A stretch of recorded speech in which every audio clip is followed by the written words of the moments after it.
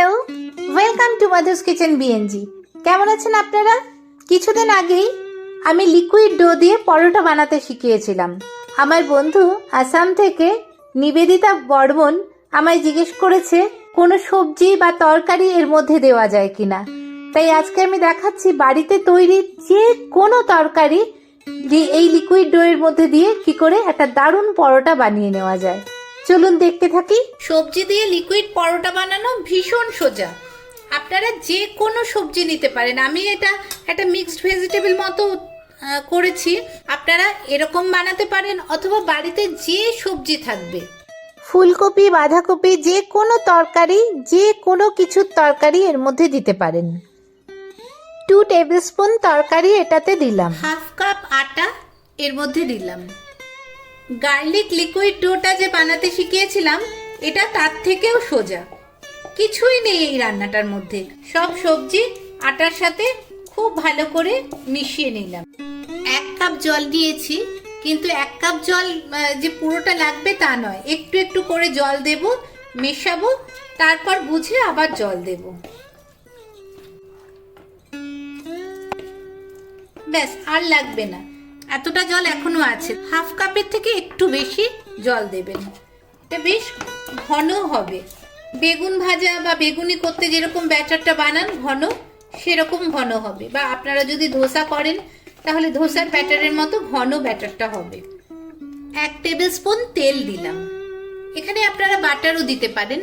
আবার মিশিয়ে নেব খুব ভালো করে। এই রান্নাটা ননস্টিকের প্যানে করতে হবে। ননস্টিকের প্যান গরম করতে দিয়েছি। প্যান খুব গরম হয়ে গেছে। এবার ছোট হাতা,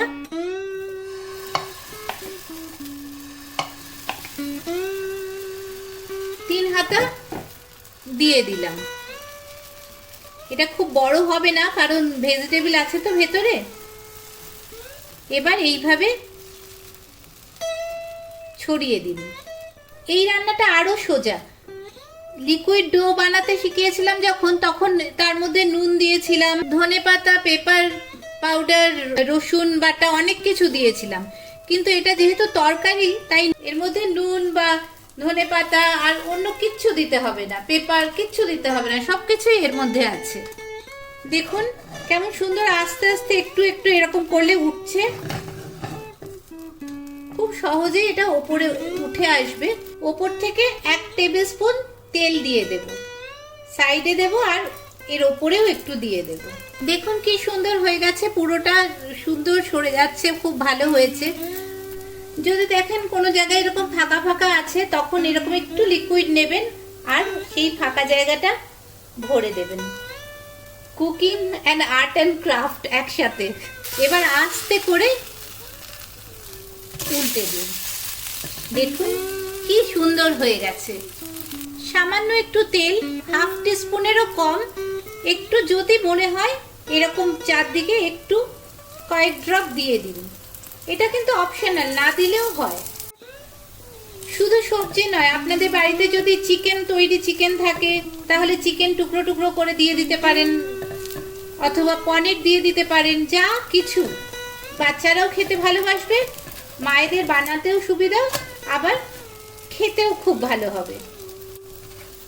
এদিকটা যেমন একটু পোড়া পোড়া ব্যাপারটা এসেছে, উল্টো দিকটাও এরকম পোড়া পোড়া ব্যাপারটা এসে যাবে। খুব তাড়াতাড়ি হয়ে যাবে। স্কুলের টিফিনে দিতে পারেন, বাচ্চারা বাড়িতে স্কুল থেকে ফেরার পরে দিতে পারেন, যে কোনো সময় দিতে পারেন, নিজেরাও খেতে পারেন। তৈরি হয়ে গেল কি সহজেই লিকুইড সবজি পরোটা। 5 মিনিটের মধ্যে রান্না রেডি। সুন্দর সবজি পরোটা রেডি। চাটু গরম আছে, পরের গোলাটা দেওয়ার আগে আবার একবার মিশিয়ে নেব।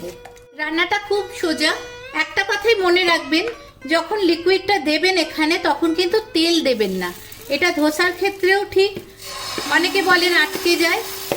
ননস্টিকের প্যান গরম থাকবে, সেই অবস্থায় এটা দেবেন। কোনো রকম তেল আগে থেকে দেবেন না, তাহলে কিন্তু এটা হবে না। দুটো পরোটাই রেডি। দেখুন, আমায় রেসিপি দেখে বলবেন কেমন হয়েছে, তার সাথে সাথে রান্নাটা করেও আমায় জানাবেন কেমন লাগলো। সাথে সাথে আমায় বলবেন যে আর কি কি দিয়ে আপনারা এটা বানাতে পারেন। আমি তো সবজির সাথে দেখালাম, যেমন সফট হয়েছে সফট হয়েছে তো দেখতেই পাচ্ছেন, আবার তার সাথে সাথে একটা বেশ ক্রিস্পি ব্যাপারটা আছে, যার জন্য বাচ্চারা খুব ভালোবাসবে এটা খেতে।